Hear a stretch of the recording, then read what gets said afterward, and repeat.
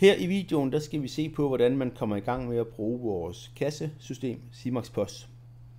Og det allerførste, der skal ske, det er, at man skal ind og have oprettet sig en Simax POS konto, hvorfra man kan administrere sit system.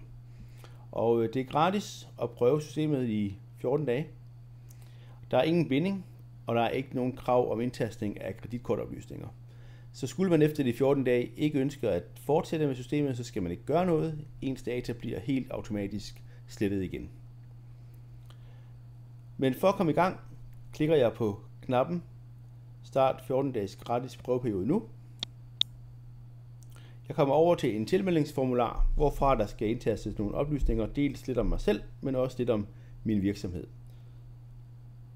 Det første jeg taster, det er min e-mailadresse. E-mailadressen er samtidig også mit brugernavn, som jeg skal bruge hver gang jeg ønsker at logge på systemet.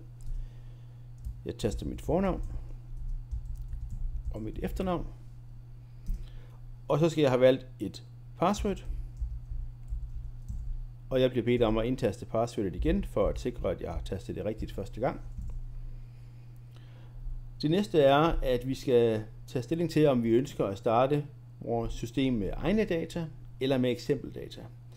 Vælger jeg eksempeldata, så opretter systemet en testbutik, nogle testprodukter, noget testsalg, så man på den måde kan navigere sig rundt og se, hvordan tingene hænger sammen.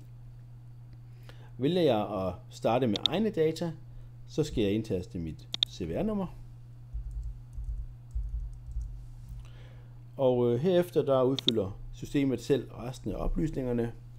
Til vores lille demo her, som går igennem de videoguides der bruger vi en testcafé, som vi kalder for Café Måneskin. Og det er den, jeg vil oprette her. Adresse, postnummer osv.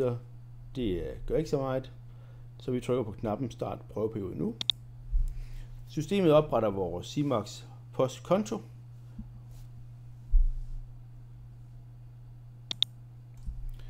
Og når det er gjort, så bliver der sendt et valideringslink til min e-mail, og det ser således ud. Jeg trykker på linket Aktiver prøveperiode, og så er jeg klar til at logge mig ind første gang. Taster mit password, jeg netop har valgt, trykker på login, og så er vi i gang.